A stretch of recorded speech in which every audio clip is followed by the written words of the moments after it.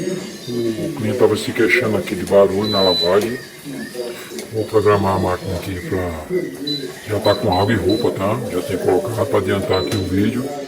E vou escutar aqui, botar para funcionar e escutar aqui o barulho que está causando aqui o incômodo ao cliente.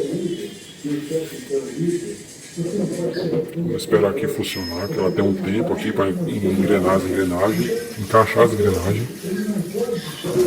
Pronto.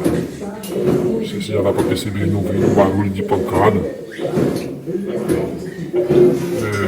É uma coisa tão simples. Eu tirei essa tampa traseira da máquina, já adiantei tudo. Era só essa mangueira aqui batendo nessa lata lateral. Entendeu? É algo tão simples. A abraçadeira ali está solta. Vou já mostrar aqui que essa abraçadeira fica encaixada aí nessa caixa, nessa lateral aqui, certo? Nesse buraquinho aí.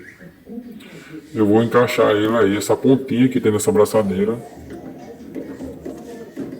Deixa eu ajustar aqui que a posição aqui tá meio ruim. Pronto, posicionei, já encaixei a abraçadeira aqui nessa caixa lateral aqui, nesse buraquinho que chama, essa caixa eu chamo de gabinete. Agora eu vou colocar para funcionar aqui para ver se tem para ver como é que ficou.